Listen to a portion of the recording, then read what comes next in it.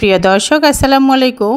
As blog in kitchen থেকে আজকে আপনাদের সাথে আরেকটি নতুন রেসিপি নিয়ে হাজির হয়েছি। আজকের রেসিপি বুটের ডালের হালুয়া।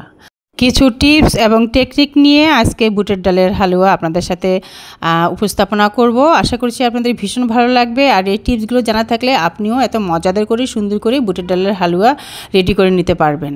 প্রথমে এখানে আমি প্রায় 3 কাপ পরিমাণ, পৌনে 3 কাপ আর কি, প্রথমে 2 কাপ দিয়েছি, পরে আরও পৌনে 1 কাপ পরিমাণ, পৌনে 3 কাপ পরিমাণ বুটের ডাল নিয়ে ভালো করে ভিজিয়ে রেখেছি প্রায় 5 থেকে 6 ঘন্টা। এরপরে আমি পরিষ্কার করে সুন্দর করে ওয়াশ করে পানি দিয়ে ধুয়ে নিয়েছি। এখন সিদ্ধ করার জন্য বসিয়ে দিয়েছি। এখানে প্রথম টিপস হলো, অবশ্যই বুটের ডালটাকে যদি পারেন একদিন ভিজিয়ে রাখবেন, অথবা সন্ধ্যাবেলা ভিজাবেন, সারা রাত ভিজিয়ে রাখবেন, তারপরে সকালে হালুয়া বানাবেন। সেই হালুয়াটা কিন্তু ভীষণ ভালো হয় আর কি, ডালটা যদি আপনি সারা রাত ভিজিয়ে রাখেন। তো যাই হোক, আমার হাতে অত সময় ছিল না, 5-6 ঘন্টার মতো আমি ভিজিয়ে রেখেছিলাম। এরপরে আমি এই যে সিদ্ধ করে নেওয়ার জন্য বুটের ডালগুলো দিয়ে চুলায় এখানে দিয়েছি পানি। তো পরিমাণ মতন পানি দিয়ে সিদ্ধ করে নেওয়ার জন্য ঢাকনা দিয়ে প্রায় 10 মিনিট মতন সময় নিয়ে কিন্তু আমি ঢেকে রেখেছিলাম। ঢাকনা উঠিয়ে নিয়ে এই যে এখন প্রায় পানিটা কিন্তু একেবারে গায়ে গায়ে মিশে গিয়েছে, কিন্তু মনে হচ্ছে আরও একটু বাকি আছে। তো এই পর্যায়ে এসে কিন্তু আমি এখানে মেজারমেন্ট কাপের 1 কাপ গরুর দুধ দিয়ে নিয়েছি, দিয়ে বাকিটা সিদ্ধ করে নিয়েছি। অলমোস্ট কিন্তু আমার সিদ্ধ একেবারে ডান, পারফেক্টলি সিদ্ধ হয়ে গিয়েছে। এখন আমি ব্লেন্ডার করে নিচ্ছি। তো এইভাবে বুটের ডালগুলো সবগুলোই কিন্তু আমি ব্লেন্ড করে নিব। তো ব্লেন্ড করে নিলে যে সবচেয়ে ভালো হবে, একদম মিহি হয়। আর যদি আপনি চান পাটাপুতা দিয়ে পিষে নিতে, সেটাও হবে। অনেকে চালনি দিয়ে করেন, সেটাও সম্ভব। যদি চান একটু দানাদার ভাব, তাহলে একেবারে মিহি করবেন না, একটু দানাদার ভাব রেখে দিবেন। আর বুটের ডালের মধ্যে যত মিহি করবেন তত সুন্দর করে কিন্তু হালুয়াটা সুন্দর হয়, দেখতে সুন্দর হয় এবং শেপটাও সুন্দর হয়। এই জন্য আমি ব্লেন্ড করে সুন্দর করে নিয়েছি এবং দ্রুত কিন্তু হয়ে যায়। তো আমি সবগুলো কিন্তু এর মধ্যে ব্লেন্ড করে নেওয়া আমার হয়ে গিয়েছে। এখন আমি চুলায় বসিয়ে দিয়েছি, একবারই হাঁড়িতে আমি ঢেলে নিয়েছি ব্লেন্ডার থেকে।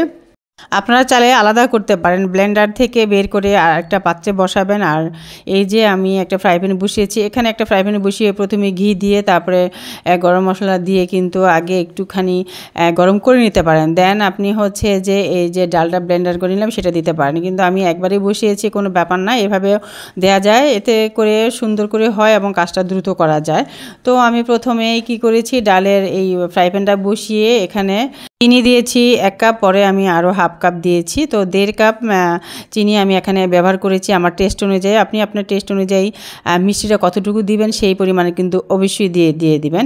আর ঘি এখানে আমি দিয়ে দিলাম প্রায় 3 টেবিল চামচ পরিমাণ ঘি দিয়ে এখন আমি অনবরত নেড়ে নিব। তো বেশ সময় নিয়ে চুলায় রেখে কিন্তু এই ডালটাকে এরকম স্প্যাচুলা দিয়ে বলেন বা যেটা আপনার সুবিধা হয়, আমি এখানে ব্যবহার করেছি কাঠের একটা স্প্যাচুলা, তো সেটা দিয়ে নেড়ে নিয়েছি। সময় নিয়ে কিন্তু এটা অনেকক্ষণ সময় নিয়ে দাঁড়িয়ে দাঁড়িয়ে নেড়ে নিতে হবে, আর খেয়াল রাখতে হবে যাতে পুড়ে না যায়। আর এ পর্যায়ে সে প্রায় 5 থেকে 6 মিনিট কিন্তু নেড়ে নিয়েছি। এরপরে এসে কিন্তু এখানে আমি হাফ কাপ, মেজারমেন্ট কাপের হাফ কাপ গুঁড়া দুধ দিয়েছি। তো এখানে গুঁড়া দুধটা দিলে টেস্টটা দ্বিগুণ বেড়ে যায়, যদি পারেন দিবেন, না দিলে তেমন কোনো সমস্যা নেই, তবে দিলে খুবই টেস্ট হয় খেতে। তো হাফ কাপ পরিমাণ কিন্তু আমি গুঁড়া দুধ দিয়েছি, দিয়ে আমি আবারও নেড়ে নিচ্ছি। ততক্ষণ পর্যন্ত নেড়ে নিব যতক্ষণ না পর্যন্ত এটা একেবারে একটু শক্ত টাইপের হয়ে আসছে, এটা টেক্সচারটা। যতক্ষণ দেখব যে হ্যাঁ হাঁড়িতে লেগে যাচ্ছে না, হাঁড়ি থেকে উঠে যাচ্ছে, এই যে দেখতেই পাচ্ছেন কিন্তু হাঁড়িতে কিন্তু লেগে যাচ্ছে না, হাঁড়ি থেকে কিন্তু উঠে যাচ্ছে, তখনই বুঝে নেবেন যে এই হালুয়াটা একদম পারফেক্টভাবে ভাজা হয়ে গিয়েছে। আর না হওয়া পর্যন্ত কিন্তু আপনাকে সময় নিয়ে এটাকে এইভাবে অনবরত নেড়ে যেতে হবে। যত নাড়বেন, যত চুলায় রেখে যতটুকু নাড়বেন, ততই কিন্তু এই হালুয়ার স্বাদটা দ্বিগুণ বেড়ে যাবে। তো বুটের ডালের হালুয়া এটাই হচ্ছে এখানে মেইন একটা টিপস। অনেকক্ষণ পর্যন্ত কিন্তু ভেজে নিতে হবে, কিন্তু হালকা যদি ভেজে উঠে নেন তাহলে কিন্তু সেই হালুয়াটা খেতে একদমই মজা হয় না। তো খেয়াল রাখবেন যে চুলার হাঁড়িতে যাতে লেগে যাচ্ছে না, উঠে যাচ্ছে, ওই পর্যায়ে হলেই বুঝে নেবেন একদম পারফেক্টভাবে আপনার হালুয়া রেডি। আপনার হালুয়ার জন্য আপনি নামিয়ে নেবেন। তো আমার হয়ে গিয়েছে, আপনাদেরকে তো দেখিয়ে দিলাম যে আমার হাঁড়িতে একেবারেই লেগে যাচ্ছে না, উঠে যাচ্ছে, তার মানে হালুয়াটা একদম পারফেক্ট হয়ে গিয়েছে। তো আমি নামিয়ে নিচ্ছি। এই যে এখন যে পাত্রেতে আমি হালুয়াটা করব বসাবো সেই পাত্রে কিন্তু একটুখানি ঘি দিয়ে মেখে নিয়েছি। মেখে নিয়ে এখন আমি বসিয়ে দিচ্ছি ভালো করে এই যে ডালের ডোটা এরকম করে হাত দিয়ে চেপে চেপে কিন্তু একটা শেপ দিয়ে নিতে হবে। এরপরে আমি সুন্দর করে হালুয়ার একটা শেপ দিয়ে কেটে নিব, তাহলেই হয়ে যাবে আমার হচ্ছে যে বুটের ডালের হালুয়া। এরপরে আপনি ডেকোরেশনের জন্য এখানে যে কোনো ধরনের বাদাম ব্যবহার করতে পারেন, কিশমিশ ব্যবহার করতে পারেন, যার যেটা পছন্দ করতে পারেন, অথবা এই যে হালুয়ার মধ্যে কিন্তু বাদাম গুঁড়া করেও দিয়ে দিতে পারেন, ঠিক আছে। তো সেটাও কিন্তু খেতে খারাপ লাগে না, ভালো লাগে। তো আজকে আমি শুধু এই হালুয়াটাকে শুধু ডালের হালুয়াই করছি, এখানে বাদাম ব্যবহার করব না, কারণ প্রতি বছরই তো করি, এক একবার এক এক রকম করার ট্রাই করি আর কি। তো আজকে এইভাবে করছি, আশা করছি আপনাদেরও ভালো লাগবে, নতুন কিছু শেখা হয়ে যাবে। তো আমি হচ্ছে হালুয়ার জন্য শেপ দিয়ে কেটে নিচ্ছি। হ্যাঁ, এখানে আরেকটা টিপস, হাত দিয়ে চেপে চেপে একটা শেপ দিয়ে এটা কিন্তু কিছুক্ষণ রেখে দিতে হবে। হ্যাঁ, সাথে সাথে কেটে উঠালে যেটা হবে শেপটা নষ্ট হয়ে যেতে পারে। তো আমি কিছুক্ষণ রেখে দিয়েছিলাম, এরপরে কিন্তু আমি ছুরির সাহায্য নিয়ে এখন কেটে নিচ্ছি। তো কেটে নিয়ে এখানে আমি আরও একটা উপকরণ ব্যবহার করব, সেটা হচ্ছে কি, সেটা আইডিয়া করেন তো, বলতে পারেন কি না, যে আগে বলতে পারবেন অবশ্যই কমেন্ট করে জানাবেন যে আমি কি এখন ব্যবহার করব এই হালুয়ার সাথে। আমি একটুখানি কেটে উঠিয়ে নিলাম, কারণ আমার ছেলে খেতে চেয়েছে, এজন্য আর মানে ভিডিও ছবির আগেই খাওয়া শুরু আর কি, মাশাল্লাহ। যাই হোক, একটুখানি ওকে দিয়ে নিলাম। আর এই যে চেরি ফল নিয়েছি, এই চেরি ফলটা দিয়ে আমি ডেকোরেশন করে নেব। এখানে চাইলে কিন্তু আপনি কিশমিশ দিতে পারেন ডেকোরেশনের জন্য, এবং হচ্ছে বাদাম দিতে পারেন।